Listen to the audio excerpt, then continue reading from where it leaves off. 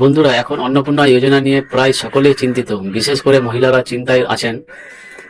তাদের অ্যাপ্রুভ হয়েছে তো? অন্নপূর্ণা যোজনার টাকা যখন মাননীয় মুখ্যমন্ত্রী ট্রান্সফার করবেন তাদের অ্যাকাউন্টে, তখন টাকা ঢুকবে তো? এই বিষয়টি নিয়ে অনেকে চিন্তিত। আর এই সুযোগটা নিচ্ছে কিছু দুষ্টু স্বভাবের মানুষ, যারা প্রতারণার মাধ্যমে আপনাদের ক্ষতি করতে চাইছে। এমনই একটি ঘটনা ঘটেছে যা আপনাদের সঙ্গে শেয়ার করব। কিভাবে আপনারা সতর্ক হবেন এবং সাবধান থাকবেন যাতে আপনাদের কোনো সমস্যা বা ক্ষতি না হয়, সেই বিষয়ে এই ভিডিওতে জানিয়ে দেব। আরেকটা গুরুত্বপূর্ণ বিষয় অনেকেই হয়তো কমেন্ট করে জানতে চাইবেন, গতকাল অর্থাৎ 10 আগস্ট মাননীয় মুখ্যমন্ত্রী অন্নপূর্ণা যোজনায় কারা যোগ্য কারা অযোগ্য সেই ব্যাপারে সংশ্লিষ্ট দপ্তরের মন্ত্রী মাননীয় মালতী রাভা রায়কে সঙ্গে নিয়ে সাংবাদিক বৈঠক করে জানিয়ে দেবেন বলে বলা হয়েছিল দুপুর 2টার সময়। সেই সাংবাদিক বৈঠক হওয়ার কথা ছিল, কিন্তু গতকাল 10 আগস্ট সেই সময় পর্যন্ত ওই ধরনের কোনো সাংবাদিক বৈঠক বা সরকারিভাবে কিংবা মাননীয় মুখ্যমন্ত্রীর পক্ষ থেকে কোনো ক্রাইটেরিয়া বা এলিজিবল ক্রাইটেরিয়া ঘোষণা করা হয়নি।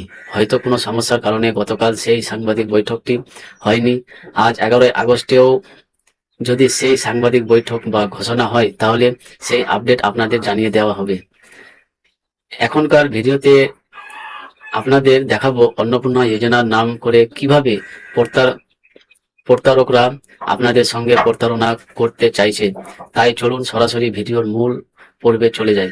তবে তার আগে আপনাদের কাছে একটি ছোট্ট অনুরোধ করব, এই চ্যানেলে নতুন এসে থাকলে প্রতিনিয়ত গুরুত্বপূর্ণ ভিডিওর ও তথ্য পাওয়ার জন্য চ্যানেলটিকে সাবস্ক্রাইব করে পাশে থাকা নোটিফিকেশন বেল আইকনটা অল করে রাখবেন। আর ফেসবুক থেকে দেখে থাকলে অবশ্যই পেজটি ফলো করে রাখতে ভুলবেন না। দেখুন, এই সংবাদটা আপনারা দেখতে পাচ্ছেন, অন্নপূর্ণা টপ দিয়ে প্রতারণা, চন্দ্রকোনায় সর্বস্থান গৃহবধূ।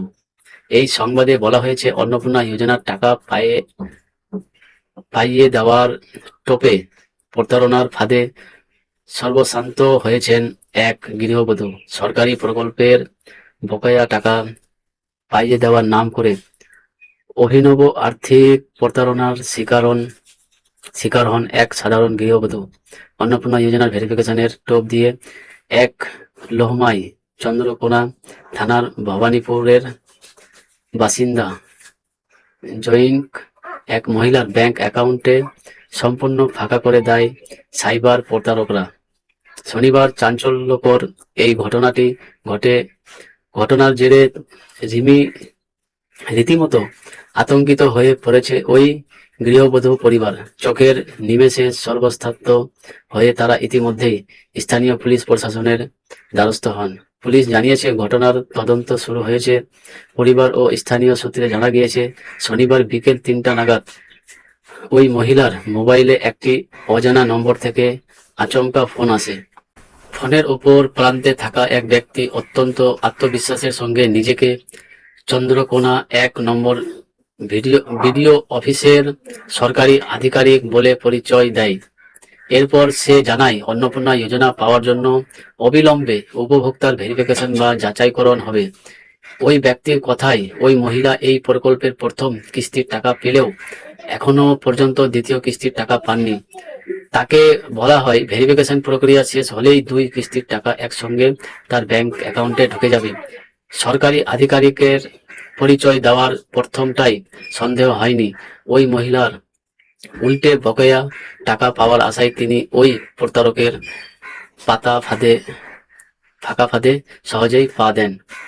এরপর প্রতারক ওই গৃহবধূকে একটি স্ক্যানার পাঠিয়ে ইউপিআই এর মাধ্যমে কিছু টাকা পাঠাতে বলে। বিশ্বাস অর্জন করতে সে জানায়, এই টাকা কেবল ভেরিফিকেশনের জন্য নেওয়া হচ্ছে এবং কাজ মিটলেই তা অ্যাকাউন্টে ফেরত পাঠানো হবে।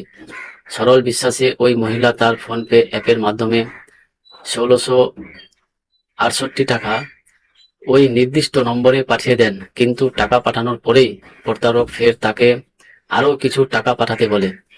ওই মহিলা দ্বিতীয়বার টাকা পাঠাতে রাজি না হওয়ায় হঠাৎ করেই ফোন কেটে দেয় প্রতারক। এরপর আর ওই নম্বরে কোনোভাবেই যোগাযোগ করা যায়নি। মহিলা জানান, কলটি কেটে যাওয়ার পর থেকেই তার মোবাইল ফোন কাজ করা বন্ধ করে দেয় এবং তার হোয়াটসঅ্যাপও হ্যাক হয়ে যায়। এর কিছুক্ষণ বাদেই তিনি লক্ষ্য করেন তার ব্যাংক অ্যাকাউন্ট থেকে সব জমানো টাকা উধাও হয়ে গিয়েছে এবং ব্যালেন্স শূন্য হয়ে গিয়েছে। প্রতারিত হয়েছেন বুঝতে পেরে ওই গৃহবধূ স্থানীয় থানায় যোগাযোগ করেন। পুলিশ সব ঘটনা শোনার পর তাকে সাইবার অপরাধ দমন দপ্তরে অভিযোগ জানানোর পরামর্শ দিয়েছেন। প্রশাসনের পক্ষ থেকে বারবার সাধারণ মানুষকে এই ধরনের প্রতারণা নিয়ে সচেতন করা হচ্ছে। সরকারি আধিকারিক পরিচয় দিয়ে ফোনে পরিচিত কাউকে নিজেদের ব্যাংকের গোপন তথ্য, পিন বা ওটিপি শেয়ার না করার বার্তা দেওয়া হয়েছে। অচেনা স্ক্যানারে ইউপিআই এর মাধ্যমে টাকা লেনদেনের ক্ষেত্রেও সতর্ক করা হয়েছে।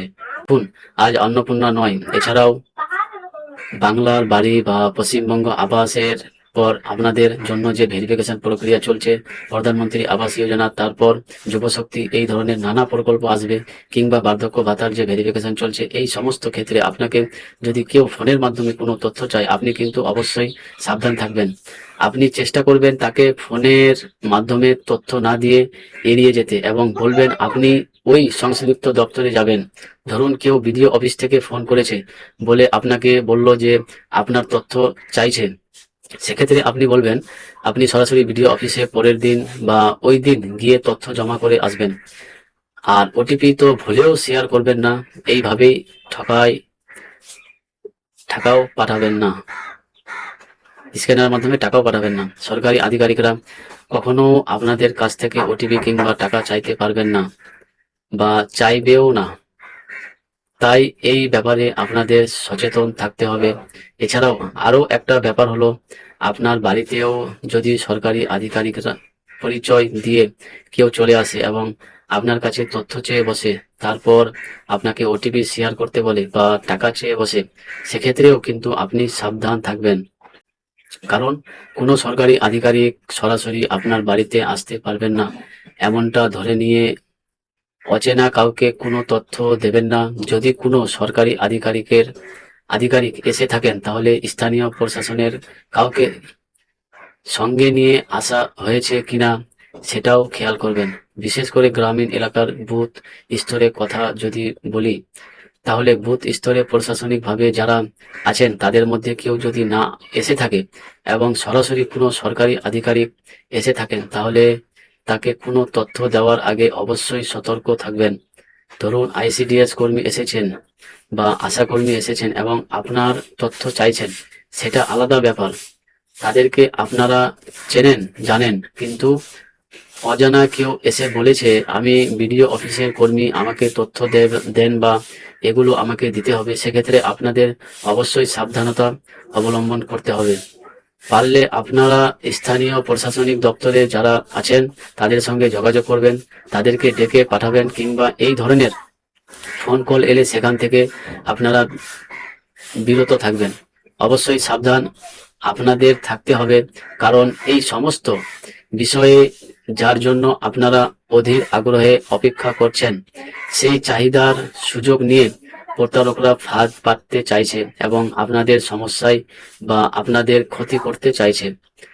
তাই এই ভিডিওটি সম্পূর্ণ সচেতনতামূলক, আপনাদের সচেতন করার জন্যই এই ভিডিওতে পাওয়ার তথ্য আপনাদের সঙ্গে শেয়ার করলাম।